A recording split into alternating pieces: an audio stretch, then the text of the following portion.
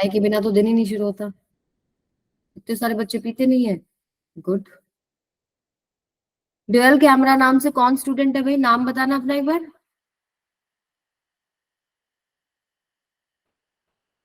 फिजा। Okay. ऐसा कोई student जो आज पहली बार आया है?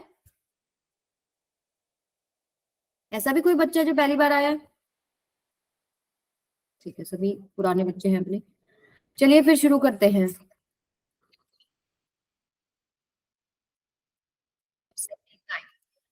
ओके। सो इलेक्ट्रोस्टैटिक्स लेक्चर नंबर 4। चलो फटाफट मुझे बता दो, लास्ट क्लास में पढ़ा क्या था हमने? मैम कैपेसिटेंस पढ़ा था हमने। ओके, सबसे पहले हाँ ठीक है, कैपेसिटर और कैपेसिटेंस से ही स्टार्ट किया था हमने। कैपेसिटर, ठीक है। कैपेसिटर क्या है? वो डिवाइस जो इलेक्ट्रिकल एनर्जी स्टोर कर ले। कैपेसिटेंस उस डिवाइस का एबिलिटी, ठीक है। Q is equal to CV। इसके बाद क्या पढ़ा था बताइए?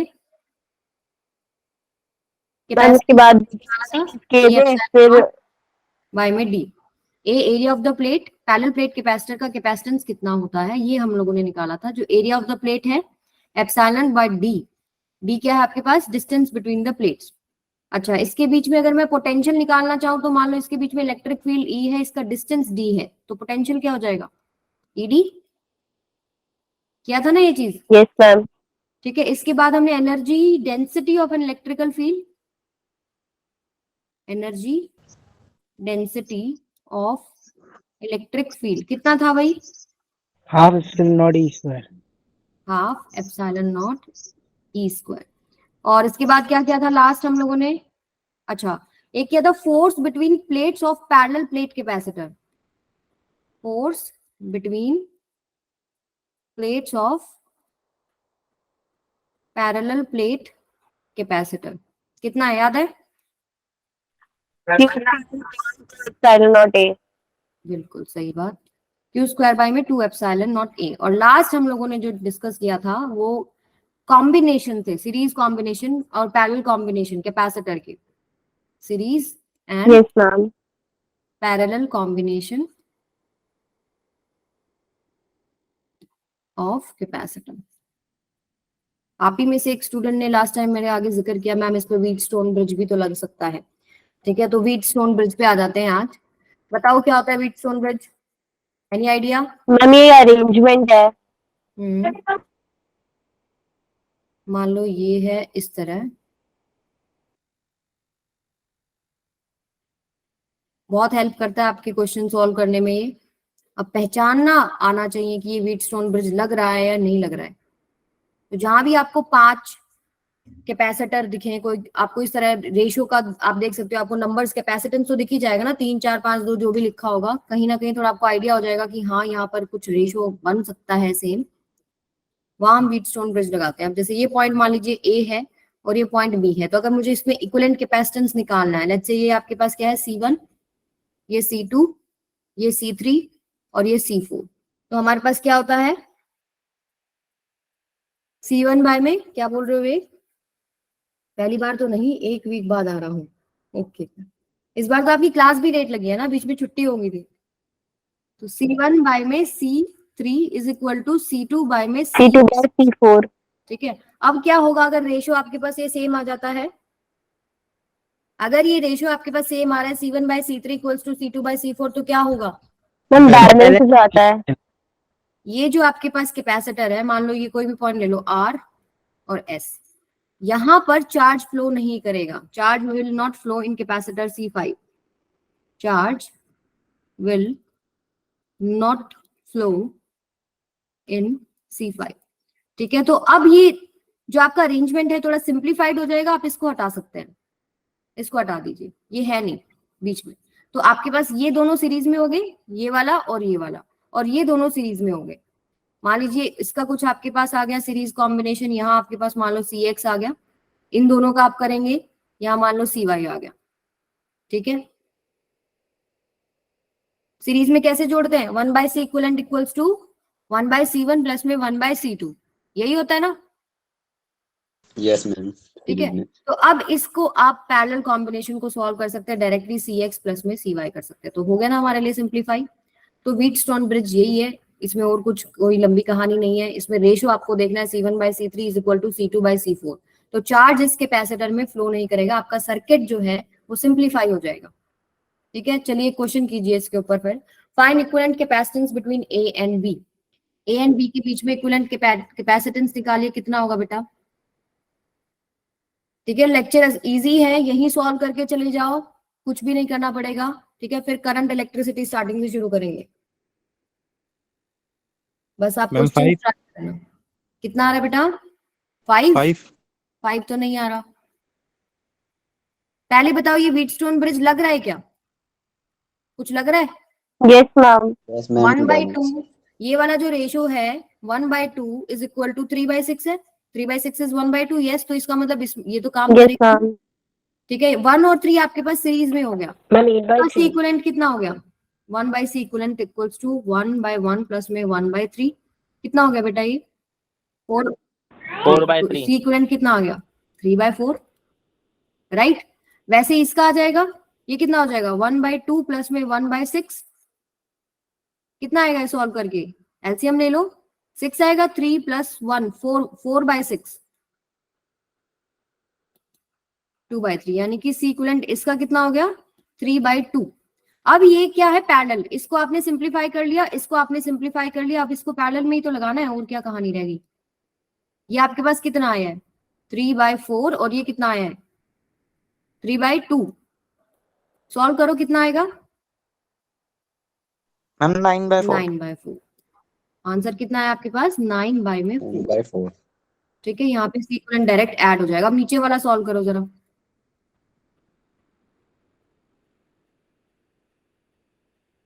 नीचे वाला सॉल्व कीजिए सभी बच्चे। Find the equivalent capacitance between X and Y। तो सबसे पहले तो देखो कि क्या ये आपके पास व्हीटस्टोन ब्रिज का कुछ स्ट्रक्चर दिख रहा है। तो सबसे पहले हम देखते क्या है कि 5 कैपेसिटर तो है भाई, और यहाँ तो बहुत सिंपल कर रखा है आप लोगों के लिए, 5/5 5/5, यानी 10 तो काम करेगा ही नहीं, ये तो काम करेगा ही नहीं ना। इसको हम कैसे, मान लीजिए इसको हम ले लेते हैं क्या, ये क्या हो जाएगा आपके पास? इस तरीके से हो जाएगा। ये 5 है, ठीक है, ये नीचे 5 है, फिर ये वाला कनेक्टेड है इससे,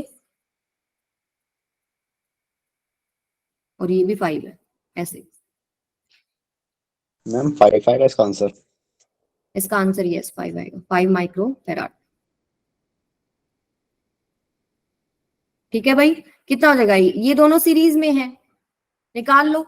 है ये 5, ये भी 5 है। 1/5 प्लस 1/5 1/C इक्विवेलेंट हो गया, कितना हो गया? 2/5, यानी 5/2 आ जाएगा ऊपर वाले का टोटल। नीचे ऐसे ही इसका कितना आ जाएगा? 5/2। अब ये दोनों पैरेलल में हो जाएंगे। 5/2 प्लस में 5/2 कितना हो गया? 5 ही तो बचा। 5। ठीक है, आंसर कितना हो गया? 5। क्लियर है सभी बच्चों को? चले आगे। ओके चलो, ये अच्छा क्वेश्चन है, सॉल्व करो जरा इसको सभी बच्चे। ये इनफाइनाइट केसेस अगर आपके पास है, मान लीजिए इस तरह के जो एलिमेंट्स है, जैसे 1 2 1 2 ऐसे आपको लिख रहा है, इनफाइनाइट केसेस है। ठीक है, तो कैसे इसको सॉल्व करना है? तो सबसे पहला काम क्या होता है? Identify the repeating unit. Identify repeating unit. Second चीज हम क्या करते हैं, मान लेते हैं हमारे जो इनफाइनाइट कैपेसिटर्स लगे हैं, इनका जो इक्विवेलेंट कैपेसिटेंस है वो हम अज्यूम कर लेते हैं। अज्यूम इक्विवेलेंट कैपेसिटेंस कितना है? X। ठीक है, तो रिपीटिंग यूनिट आपने देख लिया क्या है? रिपीटिंग यूनिट देख लिया आपने क्या? 1 2 1 2 है, तो पहला वाला छुपा लो, जो रिपीटिंग यूनिट है उसको छुपाओ, बाकी सारे को X लिख दो। ये हो गया आपके पास, एक यहां लगा हुआ है, और ये बाकी सारा जो है वो X हो गया, वो ऐसे लग जाएगा। ये X हो गया, ये 2 हो गया, ये 1 हो गया, ये A पॉइंट हो गया, B पॉइंट हो गया। ठीक है, फिर जो हमारे पास अजम्पशन क्या है, अभी हम लोगों ने X ले लिया, मतलब हमने देखो क्या किया, अज्यूम इक्विवेलेंट कैपेसिटेंस X। ये इनफाइनाइट यूनिट्स का था, जितनी भी टोटल यूनिट्स है हमने उसके लिए अज्यूम किया था, लेकिन यहाँ पर हमने इनफाइनाइट -1 यूनिट का X रख दिया ना। आप बोल सकते थे मैम ये तो आपने गलत कर दिया, इनफाइनाइट यूनिट्स का आपने X बोला है, लेकिन आपने 1 यूनिट तो छोड़ दिया। 1 यूनिट का मतलब क्या है? ये 1 यूनिट हो गया। ठीक है, देखो इनफाइनाइट कैपेसिटेंस अगर है उसमें से अगर आप, इनफाइनाइट का कॉन्सेप्ट क्या है, इनफाइनाइट तो बहुत बड़ा है, उसमें से आप थोड़ा बहुत निकाल लो, थोड़ा बहुत ऐड कर दो, उससे क्या फर्क पड़ेगा। तो इनफाइनाइट -1 यूनिट्स का भी कितना हो जाएगा, एक्स हो जाएगा, इसलिए हम लोगों ने यहाँ पे एक्स रखा है। अब इसको सॉल्व करो, देखो ये दोनों सीरीज में है, तो इसका सीक्वेंट कितना हो जाएगा, फर्स्ट वाले का सीक्वेंट कितना हो जाएगा बेटा, 2x बाय मैम में 2 + x/2। सिंपल, दो अगर कैपेसिटर हैं तो आप कैसे निकालते हैं, दोनों को मल्टीप्लाई डिवाइड बाय दोनों का सम, ऐसे ही करते हैं ना। ठीक है, तो ये यस सीक्वेंस। मैम। अब क्या करूं मैं, ये मेरा पहला था और इन दोनों का मैंने इकट्ठा निकाल दिया, अब मेरा ये हो गया 2x बाय में 2 प्लस में x, और ये कितना था मेरा 1, ये आ गया आपके पास, ये a है और ये b है। अब इसका इक्विवेलेंट कैपेसिटेंस तो सिंपल है, दोनों को ऐड ही करना है आपको, 1 प्लस में 2x बाय में 2 प्लस x, ये इसका नेट इक्विवेलेंट कैपेसिटेंस हो गया। अब इसको किसके इक्वल पुट करूं, मुझे निकालनी तो x है ना, x, इसको किसके इक्वल पुट करूं। अब मान लो मैंने इनफाइनाइट कैपेसिटेंस जो थे, मतलब इनफाइनाइट यूनिट्स था, उनका मैंने माना था x, ठीक है, तो और फिर मैंने कहा कि इनफाइनाइट -1 एक, चलो मैं हटा देती हूँ तो भी मैं x लिख सकती हूँ, वो भी मैंने कर लिया। अब वापस से मैं एक ऐड कर दूं तो क्या मैं इसको x नहीं कर सकती, कर सकती या नहीं कर सकती, यस मैम। ठीक है। अब इसको सॉल्व करो 4x, x का वैल्यू कितना आएगा, मैंने सारा सिंप्लीफाई कर दिया है, सिर्फ आपको रिपीटिंग यूनिट आइडेंटिफाई करना होता है। एक बार मेरी बात ध्यान से सुनो, एक बार रिपीटिंग यूनिट आइडेंटिफाई करो, अज्यूम करो उन सारी यूनिट्स का इन जो आपके पास इक्विवेलेंट कैपेसिटेंस है वो x है, फिर जो रिपीटिंग यूनिट है एक छोड़ के बाकी सबको आप ले लो, उसका भी आपके पास कितना हो जाएगा x, क्योंकि इनफाइनाइट की हम बात कर रहे हैं। फिर हमने थोड़ा सा इसको सॉल्व किया, जो एक हमने हटाया था वो हमने ऐड भी कर दिया, मान लो कोई एक कैपेसिटर हमने ऐड कर दिया तो भी आपके पास x ही रहेगा। तो 1 + 2x बाय में 2 + x = x। जरा इसको सॉल्व करके आप ही लोग आंसर निकालोगे, फिर हम आगे मूव करेंगे। x की दो वैल्यूज आएंगी, निकालिए मैम जरा। दो वैल्यू आ रही है, -1 और 2। -1 और 2 कौन सा लेंगे फिर, x की value positive. Positive, 2 is the answer. ठीक है बेटा, क्लियर है, यस मैम। चलें आगे। हाँ जी, 2 माइक्रोफेराड, यस बिल्कुल सही है।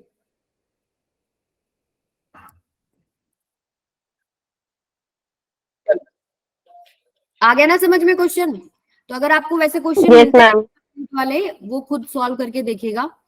ठीक है, टाइप्स ऑफ क्वेश्चन निकाल के लेके आए हम, तो जैसे एक आपके पास ये वाला क्वेश्चन हो गया जब इनफाइनाइट का केस होता है, ये हो गया जब व्हीटस्टोन ब्रिज हो गया, फिर इसमें वेरिएशंस होते जाएंगे, जितने क्वेश्चंस आप करोगे अलग अलग वेरिएशन मिलता जाएगा। नहीं, 2 आएगा बेटा आंसर। चलिए मैम कीजिए। ऐड करने के बाद, हाँ जी, क्या ऐड कर रहे हो, मैम ऐड करने के बाद, इसी में पूछ रहे हो, हाँ मैम। ऐड करने के बाद एक्स क्यों लिया, ये बोल रहे हो, क्वेश्चन तो बताओ,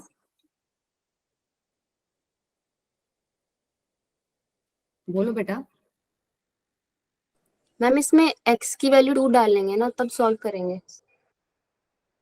x की वैल्यू 2 डालेंगे तब सॉल्व करेंगे। देखो इसको जब आप सॉल्व करोगे ना, इसको एलसीएम ले लो, ये कितना हो जाएगा 2 + x, ऊपर आएगा 2 + x और प्लस में 2x, this is equal to x। अब इसको क्रॉस मल्टीप्लाई करेंगे हम लोग, ठीक है, आपके पास क्वाड्रेटिक इक्वेशन बन जाएगी, जिसको फैक्टराइजेशन मेथड से हम लोग सॉल्व करेंगे, तो x का 2 वैल्यू बनेगा। एक आपके पास बन रहेगा x + 1 करके कुछ, इनटू में x - 2 = 0, तो वहां से आपके पास 2 वैल्यूज आएंगी, x = -1 एंड x = 2। क्लियर है, चले आगे। तो मैम इसमें इक्विवेलेंट कैपेसिटेंस 2 ही आएगा।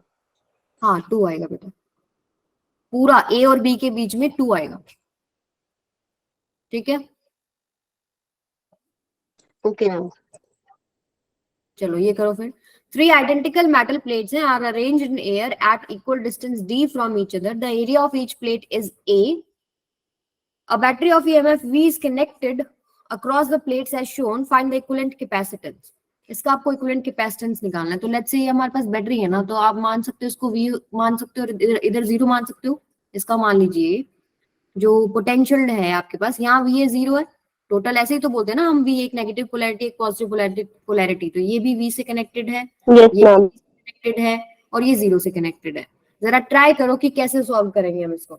आप लोग ऑलरेडी प्रिपेयर कर रहे हो ना नीट वगैरह के लिए, उसमें क्वेश्चन किया होगा ये, जरूर किया हुआ है क्वेश्चन किसी ने ये?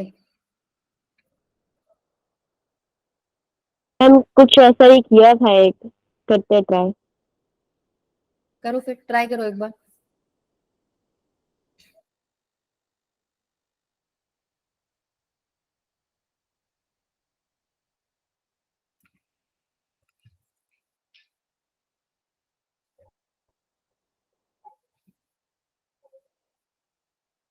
विवेक कुमार, आंसर चाहिए मेरे को इस क्वेश्चन का। ऋषभ,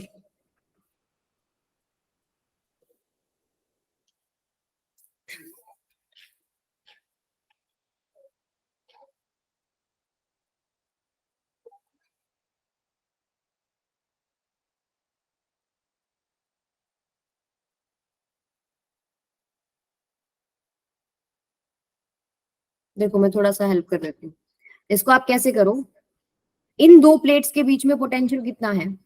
V। इन दो प्लेट्स के बीच में भी तो V है, यानी कि दोनों पैरेलल में हो गई है।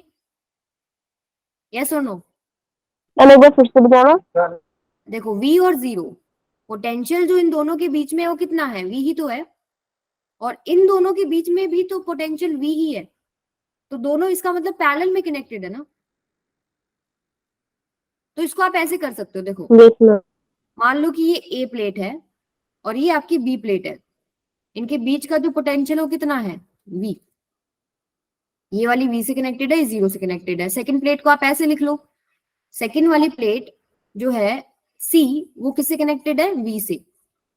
तो मान लीजिए ये आपके पास C लिख दिया मैंने और इधर लिख दिया B, और इसको मैं कनेक्ट कर दूं अगर किसी EMF से, जो ये वाला है, ये मैंने थोड़ा सिंप्लीफाई करके ऐसे कर दिया। देखो ये बड़ा ये छोटा, बताओ कोई दिक्कत किसी तरह की इसमें? ये V था, ये जीरो था, तो C वाला V से कनेक्टेड है, A वाला V से कनेक्टेड है, B वाला जीरो से कनेक्टेड था, और यहाँ भी B वाला जीरो से कनेक्टेड है। दोनों के बीच में पोटेंशियल सेम हो गया ना, ठीक है। साइन का कोई प्रॉब्लम नहीं है, हमने देख लिया यहाँ पे इनके बीच में पोटेंशियल सेम है, तो हमने देखा कि भाई पैरेलल में होगा। वो प्लेट का आप सीक्वेंस देख सकते हो, यहाँ A भी लिख लो या C भी लिख लो, अब निकाल लो, आसान नहीं हो गया? कैपेसिटेंस एक प्लेट का कितना है? A epsilon naught by D, इन्होंने बोला है ना, identical metal plate are arranged in air at equal distance d from each other, area of each plate is A, ठीक है, और डिस्टेंस इक्वल है मान लीजिए D, तो इसका कैपेसिटेंस कितना हो जाएगा? A epsilon naught by D, C1 हो गया, और C2 कितना हो जाएगा? A एप्सिलॉन नॉट बाय में D। नेट कितना हो जाएगा? दोनों किसमें है? पैरेलल में, तो C1 प्लस में C2 यानी कितना हो गया? 2A एप्सिलॉन नॉट बाय में D। आया समझ में? Yes ma'am. ठीक है, तो प्लेट से रिलेटेड कभी भी क्वेश्चन आए ना, तो ये V जीरो ऐसे करके देख लो, ठीक है, उससे आपको आइडिया हो जाएगा कि ये पैरेलल में है या सीरीज में है, तो सिंप्लीफाई हो जाएगा आपके लिए, ठीक है। चलिए, डाइलेक्ट्रिक और इंसुलेटर की अगर हम बात करते हैं, तो डाइलेक्ट्रिक्स क्या होते हैं बेटा? डाइलेक्ट्रिक मटेरियल क्या है? इंसुलेटर क्या है? अच्छा, एक होता है कंडक्टर। कंडक्टर क्या है ये बताओ, चलो सिंपल सा है, हम इसमें जिसमें इलेक्ट्रिसिटी पास हो रही है। इंसुलेटर वो जिसमें इलेक्ट्रिसिटी पास यस हो मैम। रही है। इलेक्ट्रिसिटी पास होने का कारण क्या है? इलेक्ट्रॉन, इलेक्ट्रॉन यस है, मैम। फ्री इलेक्ट्रॉन है। कंडक्टर के पास large number of free electron है। जब उसको हम बैटरी से कनेक्ट कर देते हैं, तो जो रैंडम मोशन है ना इलेक्ट्रॉन का, उसको डायरेक्शन मिल जाती है, जिसको हम करंट बोल देते हैं। लेकिन इंसुलेटर्स और डाइलेक्ट्रिक्स के अंदर फ्री इलेक्ट्रॉन नहीं होता, तो dielectric material do not have loosely bound free electron, loosely bound free electron. लेकिन इस मटेरियल की एक खास बात है कि अगर इस मटेरियल को हम इलेक्ट्रिक फील्ड में लगाते हैं, यानी मतलब इस पे बैटरी अगर हम लगा रहे हैं, तो इसमें पोलराइजेशन हो जाता है। कैसे? देखो मान लो ये आपके पास है, तो इसमें एटम्स होंगे आपके इस तरह अरेंज्ड। जैसे ही मैं इसको इलेक्ट्रिक फील्ड में रखती हूँ तो क्या होगा, सेकंड स्टेप, चार्ज सेपरेशन हो जाता है। ये पॉजिटिव नेगेटिव, अगर आपका फील्ड इस डायरेक्शन में है तो इधर नेगेटिव आ जाएगा, इधर पॉजिटिव आ जाएगा, नेगेटिव पॉजिटिव नेगेटिव पॉजिटिव, इस तरह। इसको क्या बोलते हैं, पोलराइजेशन हो गया। आई समझ में? Yes ma'am. और ये जो प्रॉपर्टी है, ये हमारे, अगर हम पैरेलल प्लेट कैपेसिटर के बीच में इस डाइलेक्ट्रिक को रख दे, आपको पता है कि पैरेलल प्लेट कैपेसिटर के बीच में इलेक्ट्रिक फील्ड तो है, तो वहां कुछ प्रॉपर्टीज जो है वो चेंज हो जाती है। वो क्या क्या चेंज होता है, कैसे चेंज होता है, वो अब हम लोग करेंगे। ठीक है, तो यहाँ पर चार्ज सेपरेशन हो रहा है। क्या ये ओवरऑल न्यूट्रल है? Yes, ma'am. Yes overall ma'am. Neutral है, क्योंकि सिर्फ चार्ज सेपरेशन है, कहीं गया नहीं है चार्ज। ठीक है, चलिए, तो सबसे पहले हम बात करते हैं डाइलेक्ट्रिक स्लैब अगर हम डाल दें बिटवीन प्लेट्स ऑफ कैपेसिटर। अभी जितने भी टॉपिक्स है ना, छोटे छोटे टॉपिक्स हैं, न्यूमेरिकल्स में सीधा फॉर्मूला यूज होता है, ध्यान से सुन लो इसको। ठीक है, dielectric slab between plates of capacitor, plates of capacitor के बीच में डाइलेक्ट्रिक स्लैब डाल दिया आपने। ठीक है, आपको पता है कि एक पे अगर चार्ज डेंसिटी प्लस सिग्मा है, एक पे माइनस सिग्मा है। सिग्मा क्या है, चार्ज पर यूनिट एरिया, यानी यहाँ प्लस चार्ज है माइनस चार्ज है। तो अंदर इसकी इलेक्ट्रिक फील्ड सेटअप होएगा, जिसको ई नॉट से आपको दिखा रखा है। अगर मटेरियल आपने कोई डाल दिया, आपको पता है इस फील्ड की वजह से अब क्या होगा, इसमें चार्ज सेपरेशन होने लग जाएगा। यानी मान लीजिए इसके जो मॉलिक्यूल्स थे, अब क्या होगा, यहाँ पे ये इलेक्ट्रिक फील्ड है, इधर कितना, इधर नेगेटिव इधर पॉजिटिव, इस तरीके से सारा नेगेटिव पॉजिटिव, ऐसे बहुत सारे इसमें अरेंज हो जाएंगे। आप कह सकते हो कि अब इसके अंदर एक इंड्यूस्ड इलेक्ट्रिक फील्ड हो गया है, जो कि आपके पास अपोजिट डायरेक्शन में आ रहा है to the original field, positive से नेगेटिव, एक इंड्यूस्ड इलेक्ट्रिक फील्ड हो गया, नहीं हो गया? हाँ जी बेटा, अभी क्या होगा, देखो इस तरह यस मैम। अभी मैंने आपको ऐसे दिखा रखा है, ये नेगेटिव जो है ये सारा इधर इकट्ठा होना ट्राई कर रहे हैं, पॉजिटिव सारा इधर इकट्ठा होने का ट्राई करेंगे। ठीक है, तो यहाँ पर क्या होगा कि एक induced electric field opposite direction में आ गया। अब इस इंड्यूस्ड इलेक्ट्रिक फील्ड की वजह से बताओ, अगर मैं स्लैब के अंदर नेट इलेक्ट्रिक फील्ड देखूं तो क्या वो ई नॉट से कम नहीं हो जाएगा? Yes, ma'am. पहले तो ई नॉट था, यस तो मैम। कितना होता है वो आपके पास क्या होएगा, ई नेट कितना हो जाएगा, ई नॉट बाय में के क्या होता है, dielectric constant. Yes, dielectric constant, यानी 1/k टाइम्स वो घट जाता है। क्लियर है सबको? ई हम नॉट क्या है? डाइलेक्ट्रिक क्वेश्चन, हाँ जी बेटा, डाइलेक्ट्रिक मीडियम के एग्जाम्पल क्या क्या है? डाइलेक्ट्रिक मीडियम आपके इंसुलेटर्स की बताओ क्या होते हैं एग्जांपल्स? Would, air. सारे इंसुलेटर डाइलेक्ट्रिक होंगे क्या? क्या बेटा? सारे इंसुलेटर डाइलेक्ट्रिक होंगे क्या? सारे नहीं बोल सकते हम लोग, जो आपके पास पोलराइज हो जाए, जो पोलराइज हो जाए। वैसे जनरली हम जो फिजिक्स की भाषा में लेके चलते हैं, जो भी हम सॉल्व करते हैं, जनरली दोनों को सेम लेके चलते हैं, लेकिन थोड़ा सा डिफरेंस है। हो सकता है कुछ ऐसे मटेरियल हो जिसमें आपके पास पोलराइजेशन इतना नहीं हो। ठीक है, हमें चाहिए क्या, हमारा इंड्यूस। मैम इसका एग्जांपल, हाँ जी बेटा, मैम इसका एग्जांपल करके कुछ है ना? क्या कह रहे हो, दोबारा बोलो। मैम इसका एग्जांपल क्या है? माइका। हाँ, हो सकता है। ठीक है, तो वैसे हम जनरली सारे बेटा दोनों को सेम लेके चल रहे हैं। अभी आपकी बुक्स में भी कहीं देखा हो कि उसको स्लैश करके इंसुलेटर लिख देते हैं।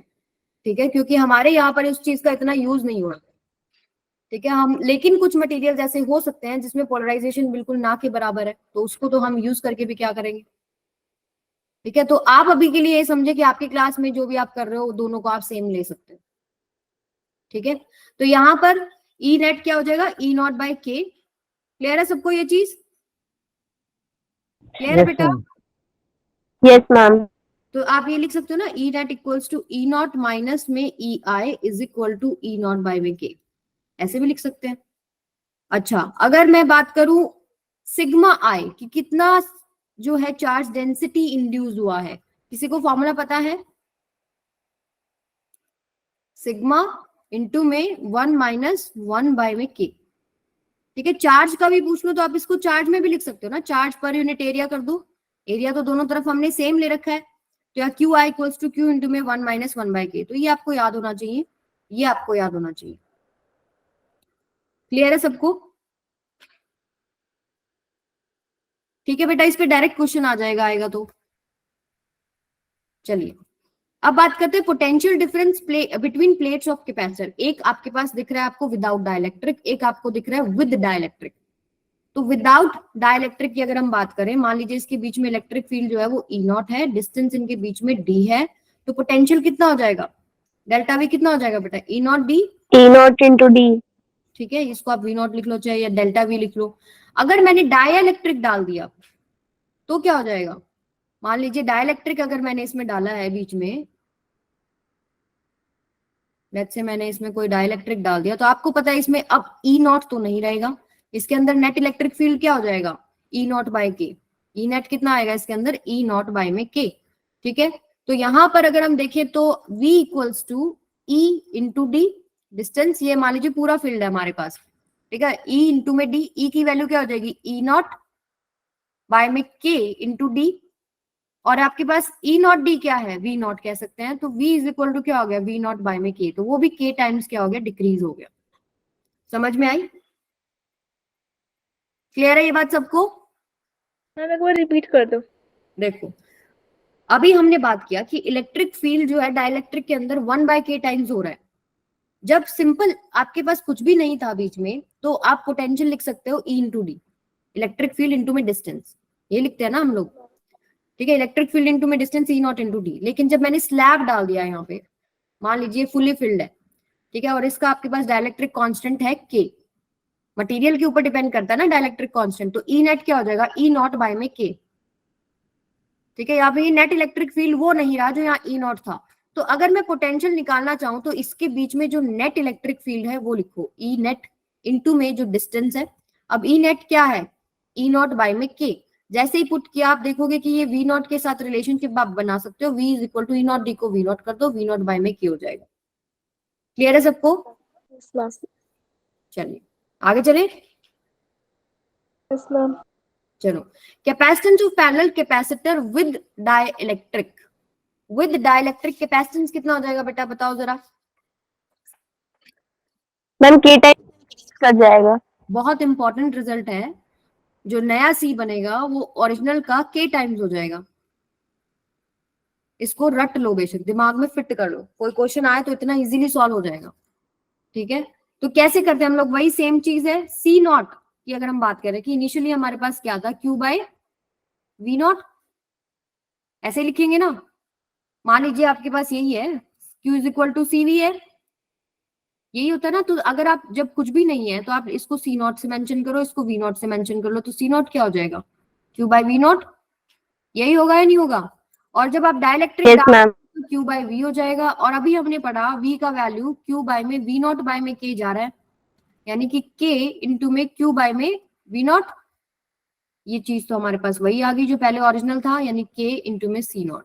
तो जो रिजल्ट बना आपके पास वो ये बना, C is equal to K into में C नॉट, यानी कि कैपेसिटेंस इंक्रीज हो रहा है डाइलेक्ट्रिक की वजह से। कैपेसिटेंस इंक्रीजेस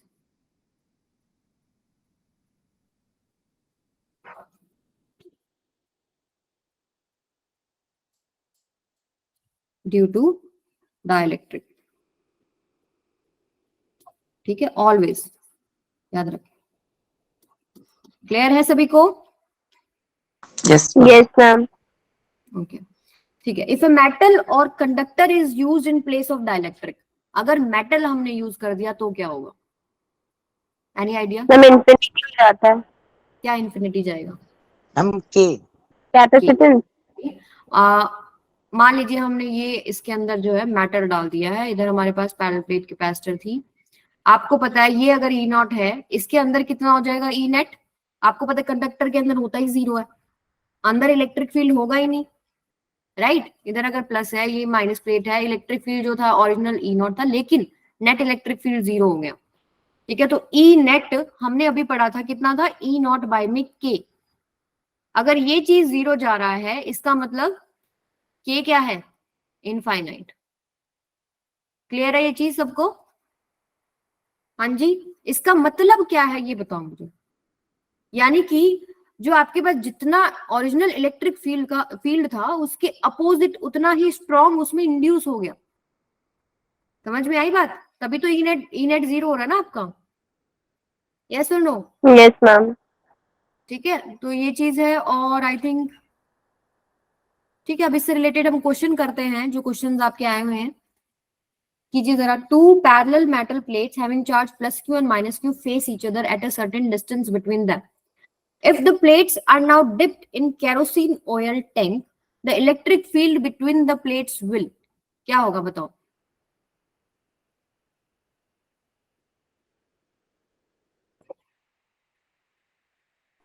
सभी बच्चे सॉल्व करेंगे? And decrease. यस, ये प्लस क्यू है, ये माइनस क्यू है। इस पूरे सेटअप को उन्होंने किस में डाल दिया? मान लो इसके बीच में कुछ भी डिस्टेंस है डी, ऑयल टैंक में डाल दिया, यानी इसको फिल कर दिया ना आपने बीच में से, कुछ ना कुछ मटेरियल आ गया बीच में। अब आपको पता है यहाँ पर क्या होगा? इलेक्ट्रिक फील्ड ई नेट जो बीच में बनेगा वो ई नॉट बाय में के बनेगा, यानी कि आपके पास इलेक्ट्रिक फील्ड क्या हो जाएगा? डिक्रीज हो जाएगा। क्लियर है सभी को? Yes ma'am. चलो ये वाला करो। A parallel plate condenser with oil between the plates has a capacitance C. If oil is removed, the capacitance of the capacitor become. अभी जो पूछ रहे थे एग्जांपल्स देखो, ऑयल्स वगैरह भी यूज हो सकते हैं बेटा, हो रहे हैं ना, जहां पर भी पोलराइजेशन पॉसिबल है। 2C. 2C, ये क्या बोल रहे हैं? Parallel plate condenser with oil, oil के साथ के की वैल्यू 2 है। D. D ma'am D. C/2। क्यों? क्योंकि अगर आपने ऑयल डाला ना तो वो आपके पास बढ़ता है, लेकिन अब उसमें क्या है? इफ ऑयल इज रिमूव्ड तो कितना है? अगर मान लीजिए पहले C0 था, ठीक है, पहले C0 था, और अगर मैंने इसको ऑयल में डाला तो क्या हो जाएगा? नया ट्वाइस ऑफ C0, तो ये 2 दे रखा है आपको। ठीक है, तो ओरिजिनल अगर आप हटा देंगे तो कितना हो जाएगा? C0 कितना है यहाँ पे? C/2। समझ में आई बात? Yes ma'am. ठीक है, चलिए ये कीजिए। The capacitance of parallel plate capacitor with air as medium is 6 microfarad. With the introduction of dielectric medium, capacitance becomes 30 microfarad.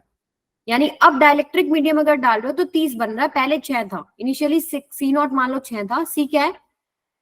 30, यानी 6 × 5 = 30 होता है ना, तो K का वैल्यू कितना आ गया? 5, राइट? तो परमिटिविटी ऑफ द मीडियम कितना होगा? किसने निकाला है? सी आंसर है बेटा। के नहीं पूछा उन्होंने, परमिटिविटी पूछा है।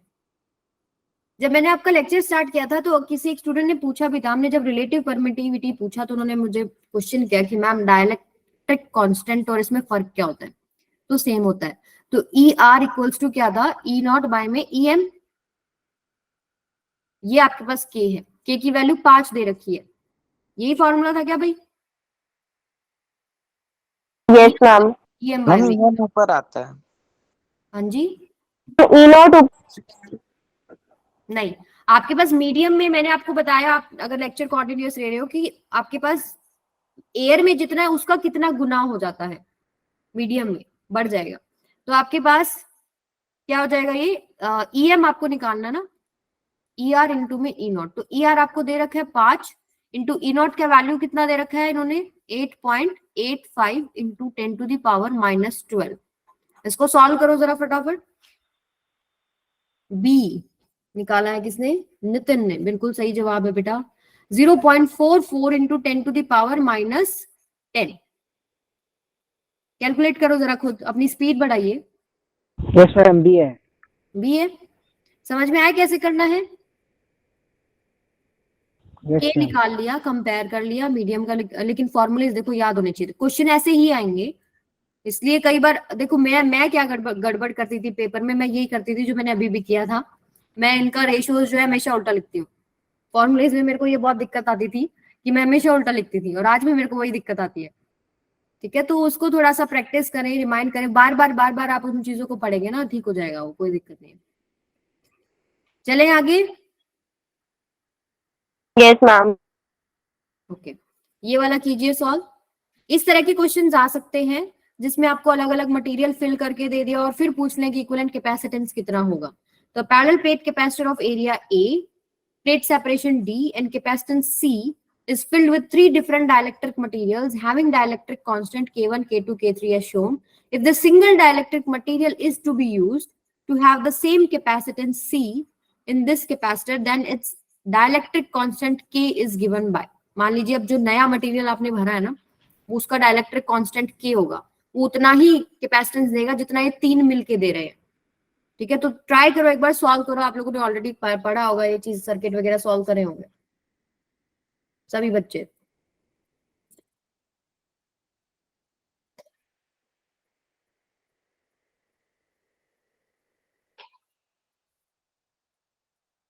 सभी बच्चे सॉल्व करेंगे?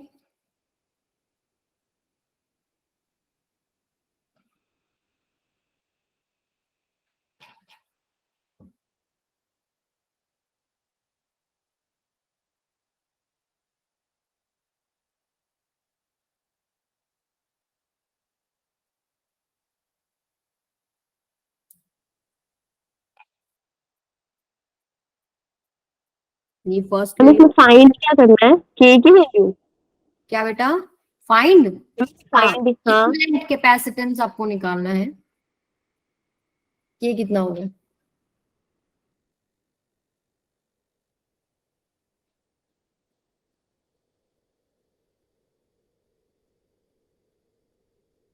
अच्छा पहले ये बताओ मुझे, 1 और 2 पैरेलल में है या सीरीज में है?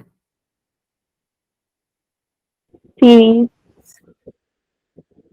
सीरीज में, पैरेलल में बेटा।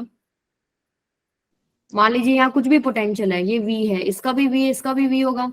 यहाँ 0 है, पूरे का 0 हो गया। लेट्स से बीच में कुछ x है, तो दोनों का क्या आपके VX हो गया ना, तो दोनों पैरेलल में आ गया।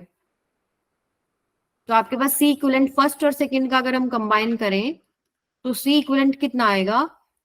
Simply A epsilon naught by D होता है ना फॉर्मूला, यही होता है ना।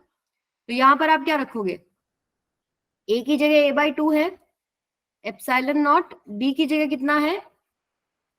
D/2। हम ले लेते हैं इसको D/2, देखो दे भी रखा है। प्लस एक चीज और आएगी, क्या? इनटू में K1 बढ़ जाता है ना कैपेसिटेंस जब आप कोई मटेरियल डाल रहे हैं तो ये 2 से 2 कैंसिल हो जाएगा। मैम फिर से बताना ये। हाँ जी बेटा, फिर से बताऊं?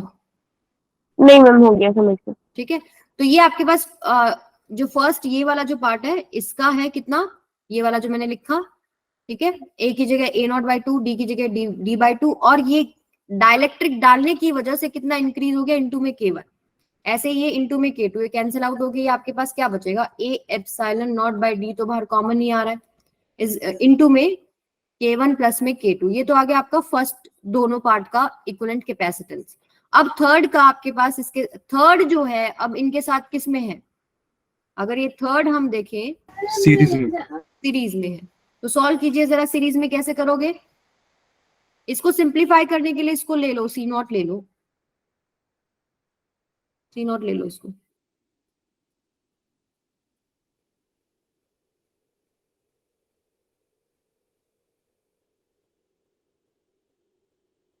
सीरीज में क्या हो जाएगा? 1/C इक्विवेलेंट कितना होगा? 1 में, या आप इसको वैसे भी तो कर सकते हो। कैसे करोगे? पहले मुझे बताओ कैपेसिटेंस थर्ड का कितना होगा? A ma'am A epsilon not upon D into K, और इनटू में K। K3 भी आएगा। ठीक है, तो ये हो जाएगा ट्वाइस ऑफ K3 इनटू में A एप्सिलॉन नॉट बाय में D, जिसको मैं C0 लिख लेती हूँ। तो दो कैपेसिटर अब आपके पास आ गए जो दोनों के दोनों सीरीज में हैं, तो मैं मल्टीप्लाई कर लेती हूँ C0 इनटू में K1 प्लस में K2 इनटू में ये वाला कर लो ट्वाइस ऑफ K3 इनटू में C0 डिवाइडेड बाय में, ये यहां नहीं आएगा फिर अगर हम मल्टीप्लाई करके लिख रहे हैं ना,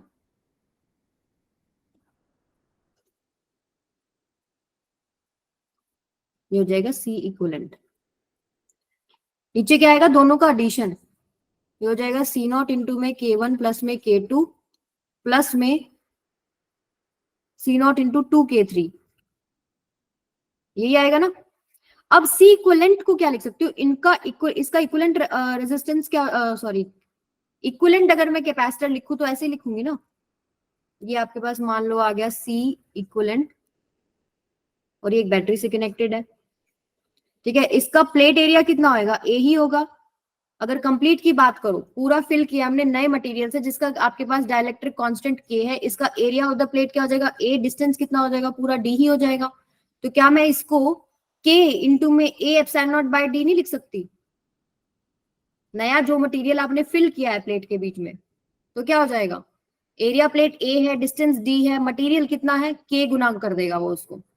अब ये वही सी नॉट है, यानी के इंटू में सी नॉट आ जाएगा इसकी जगह पे। तो ये सारा अगर आप देखेंगे तो पहली बात नीचे से सी नॉट कॉमन आएगा, तो एक सी नॉट तो ये जाएगा, ये वाला गया, ये गया, ये गया, और यहाँ पर के इक्वल्स टू किसके है, ये के इंटू में सी नॉट, तो ये वाला सी नॉट इस सी नॉट से चला गया, तो के का वैल्यू कितना आ गया आपके पास 2k3 इंटू में k1 प्लस में k2 बाय में k1 प्लस k2 प्लस में 2k3। समझ में आ गई बात। और आप लोगों को बताओ इजी होगा, आपको 1/k की फॉर्म में आंसर दिया होगा, तो आप जो फॉर्मूला लगाते हो ना 1/c equivalent equals to 1/c1 plus 1/c2, बस वहीं तक करना पड़ेगा। ये मैंने आपको थोड़ा आगे इसको सिंप्लीफाई कर दिया, ठीक है। क्लियर है ये चीज सबको। मैम एक और बार बता दो। एक बार और बता दूं, देखो पहले तो दो, मैम वहां से तो बताना, क्या कह रहे हो बेटा, देखो सबसे ऊपर। देखो सुनो, 3 आपको मटेरियल दे दिए, अब ये बोल रहे हैं कि मैं एक सिंगल डाइलेक्ट्रिक मटेरियल इस्तेमाल करना चाहती हूँ, ठीक है। सिंगल मतलब जो नया मटेरियल है उसका इन्होंने मेंशन कर दिया कि के है, कुछ भी ले लो, चाहे के बोला है हम के ले लेते हैं, कि ऐसा मटेरियल जिसका कैपेसिटेंस डाइलेक्ट्रिक कांस्टेंट के है वो उतना ही कैपेसिटेंस दे जितना वो ये तीनों मिलके दे रहे हैं। तो मैंने क्या किया, पहले तो उसको सिंप्लीफाई कर लिया, इसका मटेरियल्स का सबका इक्विवेलेंट कैपेसिटेंस निकाल लो पहले तो, फर्स्ट और सेकंड का इकट्ठा निकाल लो, फर्स्ट और सेकंड किस में है, पैरेलल में है, दोनों का एडिशन होएगा। इसका कैपेसिटेंस मुझे पता है डाइलेक्ट्रिक मटेरियल डालने की वजह से इंक्रीज हो गया होगा, k1 टाइम्स हो गया होगा, ठीक है। इसमें पैरेलल, इसमें जो प्लेट का एरिया है, डिस्टेंस जो है, और जो K A epsilon naught by D में ये चीजें पुट करके उसको k1 से मल्टीप्लाई कर दो, ऐसे ही इसका हो जाएगा, ठीक है। इन दोनों को ऐड किया, हमारे पास ये रिजल्ट आ गया। अब मैंने क्या किया, A epsilon naught by D को ना सी नॉट पुट कर लिया। इस पूरा प्लेट अगर मान लो ये खाली होती पूरी प्लेट, तो हमारे पास क्या होता, ए एप्सिलॉन नॉट बाय में डी होता, ठीक है। अब जो मैंने थर्ड है, थर्ड का भी मैंने देख लिया कि आपके पास कैपेसिटेंस कितना हो जाएगा। अब ये मटेरियल k3 है, k3 टाइम्स बढ़ जाएगा, एरिया ए है, एप्सिलॉन नॉट बाय में डिस्टेंस कितना हो गया, d/2 हो गया, ठीक है। तो इसमें वही सेम चीज मैंने इसको सिंप्लीफाई किया, तो A epsilon naught by D तो सी नॉट ही पड़ रहा है। अब मैंने क्या किया, अब ये दोनों, ये वाला और ये वाला पैरेलल में है, सॉरी सीरीज में है, सीरीज में है, तो इन दोनों का आप डायरेक्ट फॉर्मूले से करना चाहो तो C1 C2 bye C1 plus C2 कर लो, और नहीं करना चाहो तो 1, अब नया जो आप लिखोगे ना 1/c equivalent equals to 1/c1 plus 1/c2, तो C1 तो ये हो गया जो आपने नया निकाला है, और C2 क्या हो जाएगा, जो ये, और 1/c इक्विवेलेंट, सी इक्विवेलेंट की जगह आप रखोगे ये वाला, ये पूरा जो कटेगा वो कट जाएगा, जो बचेगा वो बच जाएगा। समझ में आई बात। Okay ma'am, clear. ये वाले क्वेश्चन आसान बहुत है, पर ये प्रैक्टिस से आपकी चीजें जल्दी जल्दी होंगी। जितने 2-4 क्वेश्चन है इस तरह के, आप प्लेट्स के बीच में मटेरियल हो ना, इस तरह के करके देखो, उससे बहुत इजी हो जाएगा आपके लिए, ठीक है। चले आगे, बोलो भाई, आवाज आ रही है? Okay, yes ma'am. चलो, when dielectric is partially filled, partially filled अगर है, अभी तक तो हम जनरली सारी चीजें कर रहे थे जब वो कंप्लीटली फिल्ड है, ठीक है। अगर पार्शियली फिल्ड है तो क्या होगा, मान लो ये आपके पास जो है पैरेलल प्लेट कैपेसिटर है, और ये है आपके पास मटेरियल जिसका थिकनेस T है, ये आपके पास T है, ये टोटल जो इसका डिस्टेंस है वो D है, इसका एरिया A है, ठीक है। यहाँ पर आपके पास कितने, क्या है, E0, और यहाँ पर आपके पास क्या है, E नेट। E नेट हम कैसे निकालते हैं, E0 माइनस में EI, ठीक है। EI अपोजिट में था, E0 इधर था, E नेट इधर हो गया, ठीक है। अब मैं अगर टोटल पोटेंशियल डिफरेंस निकालना चाहूं डेल्टा V, तो मैं ऐसे नहीं लिख सकती भाई, मैं इसका निकाल लूं एक तो सारे का और प्लस में मैं इसका कर दूं। तो मैं अगर इसका निकालती हूं तो मैं ऐसे नहीं लिख सकती क्या, ई नॉट इंटू में डी माइनस में टी, ईडी होता है ना, तो मटेरियल डाइलेक्ट्रिक का हटाओ, जो एम्प्टी स्पेस है उसका कितना है, ई नॉट इंटू में डी माइनस में टी, प्लस में इसका Yes, कितना ma'am. होता है, ई नॉट बाय में के, यही होगा ना, इंटू में T.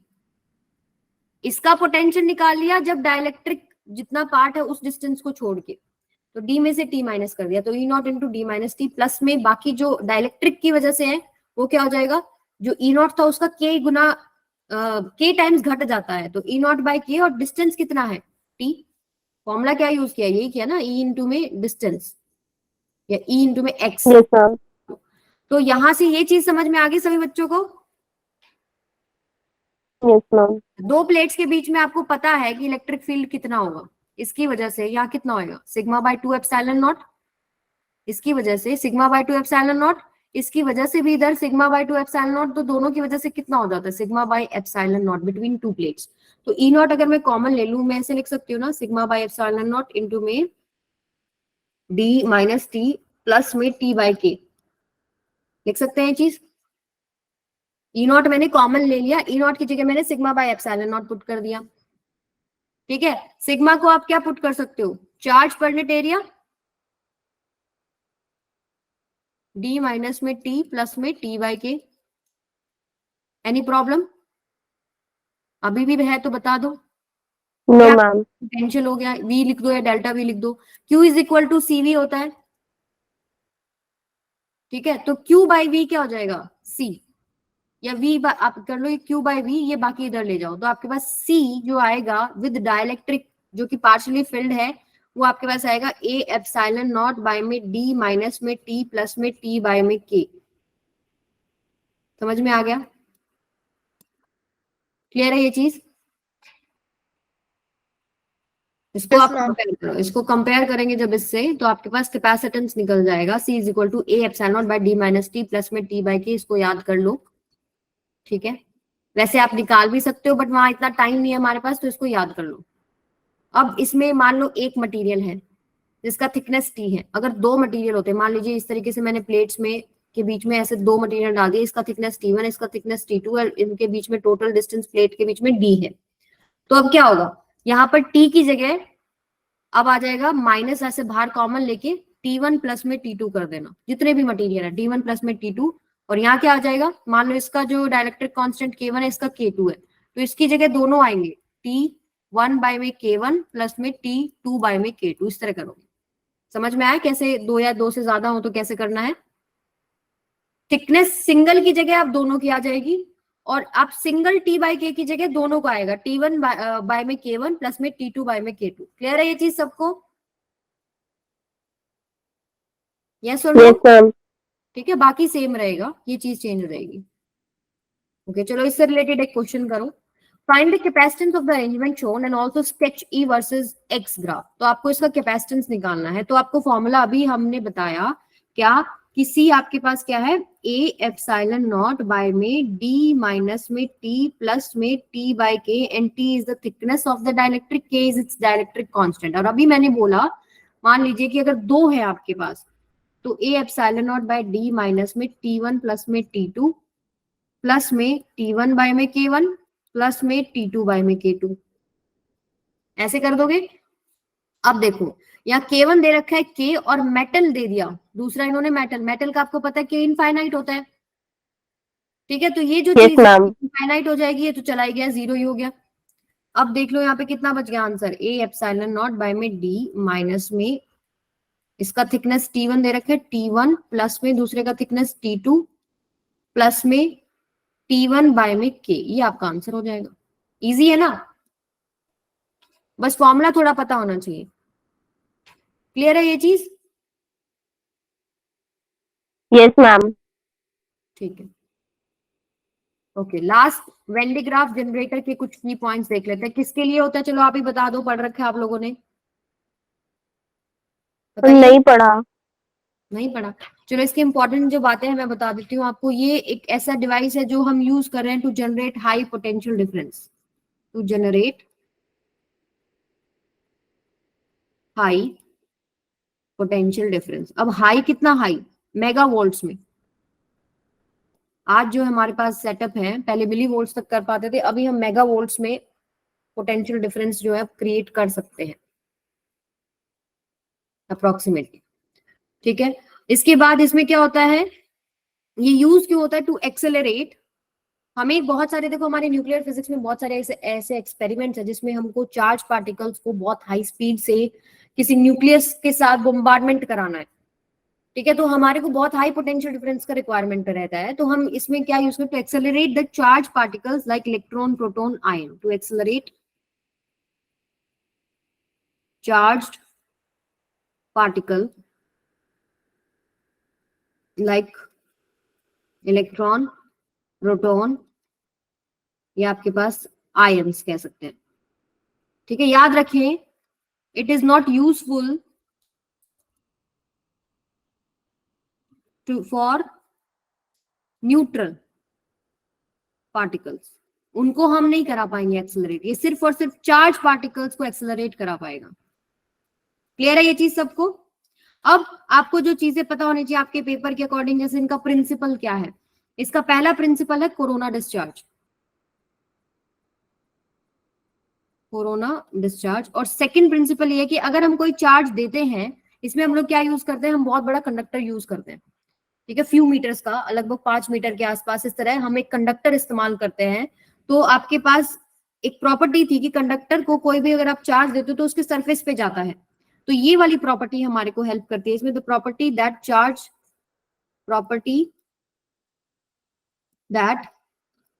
Charge given to a hollow conductor is transferred to hollow conductor is transferred to outer surface and is distributed uniformly over it, and it is distributed uniformly over it। तो ये आपके principal. अब corona discharge क्या होता है, उसके लिए आपको इसका सेटअप थोड़ा समझने की जरूरत पड़ती है। हम इसमें क्या करते हैं, एक हाई टेंशन बैटरी का इस्तेमाल करते हैं। ठीक है, यहाँ पर क्या होता है, फिर इस कनेक्शन होता है, यहाँ पर कुछ इस तरीके से ऐसे पॉइंटेड ब्रश होते हैं, एक बेल्ट होती है इधर ऐसे, जिसकी अब ये पॉइंटेड जो आपको दिख रहा है ना, इसकी वजह से यहाँ जो एयर है, मान लो इसमें आपने क्या किया है, हाई पोटेंशियल डिफरेंस के लिए मान लो यहाँ पर बहुत जो है पॉजिटिव पोटेंशियल डिफरेंस आया, जिसकी वजह से ये जो पॉइंटेड होने की वजह से क्या होगा, यहाँ जो है डिस्चार्ज होने लग जाता है। जो एयर मॉलिक्यूल है ये ब्रेक डाउन होते हैं, इलेक्ट्रॉन इस तरफ अट्रैक्ट होता है और पॉजिटिव चार्ज इस बेल्ट के ऊपर जाके लगता है। तो ये जो बेल्ट है कॉन्टिन्यूस घूमती रहती है, ऐसा ही एक ब्रश ऊपर भी होता है। तो ये जो पॉजिटिव चार्ज को ऊपर तक कैरी करके लेके जाती है, जिसकी वजह से सेम प्रोसेस होता है, इसमें नेगेटिव चार्ज इंड्यूस हो जाता है, तो ये पॉजिटिव को अट्रैक्ट करता है, नेगेटिव इधर जाता है। तो पॉजिटिव को जो ये लेगा, ये अब ऊपर कनेक्टेड होता है किससे, एक बड़े से कंडक्टर से, होलो कंडक्टर से। ठीक है, वो जो पॉजिटिव चार्ज इस पे लगेगा तो उसके सरफेस पे जाता जाएगा। तो इस तरीके से प्रोसेस कॉन्टिन्यूअस चलता रहता है कि चार्ज जो है पॉजिटिव पहुंच रहा है, वो इससे कनेक्टेड है, तो इसके ऊपर चार्ज जो है सरफेस पे बाहर जाता जाता है। और आपको पता है कि इसमें पोटेंशियल कितना हो जाएगा, Q/4 एप्सिलॉन नॉट R। ये पढ़ा ना, स्फेरिकल कंडक्टर का पोटेंशियल ऑन सरफेस कितना है, Q में, और या आप अंदर तक अगर आप लेके आ रहे हो तो कितना होएगा, Q/4 एप्सिलॉन नॉट R। तो चार्ज बढ़ता जा रहा है तो पोटेंशियल बढ़ रहा है, नहीं बढ़ रहा है, बताइए। हाँ जी बेटा, आवाज आ रही है? तो पोटेंशियल बढ़ रहा है, यही चीज के लिए यूज हो रहा है। फिर इस पोटेंशियल डिफरेंस का हम इस्तेमाल करके कोई चार्ज पार्टिकल्स को एक्सेलरेट कराते हैं, तो उसका आपके पास एनर्जी जो गेन करता है, वो आयन जो भी होगा, एनर्जी गेन बाय आयन या कोई भी चार्ज पार्टिकल, वो कितना हो जाएगा, उसका चार्ज मल्टीप्लाई बाय में जो ये पोटेंशियल डिफरेंस क्रिएट हम लोग कर रहे हैं। तो बहुत हाई पोटेंशियल डिफरेंस मतलब वही बहुत हाई एनर्जी के साथ हम उसको एक्सेलरेट कर सकते हैं। इसका एक ही लिमिटेशन है कि अनचार्ज पार्टिकल्स को एक्सेलरेट नहीं कर सकता। तो कोरोना डिस्चार्ज का मतलब यही है कि ये आपके पास अगर हम रेडियस कम कर दिया ना, ये ऐसे पॉइंटेड अगर हमने कर दिया, तो इसकी वजह से क्या होता है कि इसके आसपास जो एयर है वो ब्रेक डाउन होती है, ठीक है। अब एयर के मॉलिक्यूल ब्रेक डाउन होंगे तो चार्ज हो जाएंगे ना, इलेक्ट्रॉन को ये अट्रैक्ट कर लेगा, पॉजिटिव को ये रिपेल करेगा, वो पॉजिटिव इस बेल्ट के थ्रू जाता है। तो थोड़ा सा आइडिया होना चाहिए कि कोरोना डिस्चार्ज और प्रॉपर्टी की charge given to hollow conductor is transfer to outer surface and is distributed uniformly over it. Potential difference generate करने के लिए होता है, electron proton ions uncharge particle के लिए होता नहीं है, और न्यूट्रल पार्टिकल्स के लिए यूजफुल नहीं है। क्लियर है सबको? Yes ma'am. ठीक है, तो ये आपका चैप्टर यहाँ पर एंड होता है।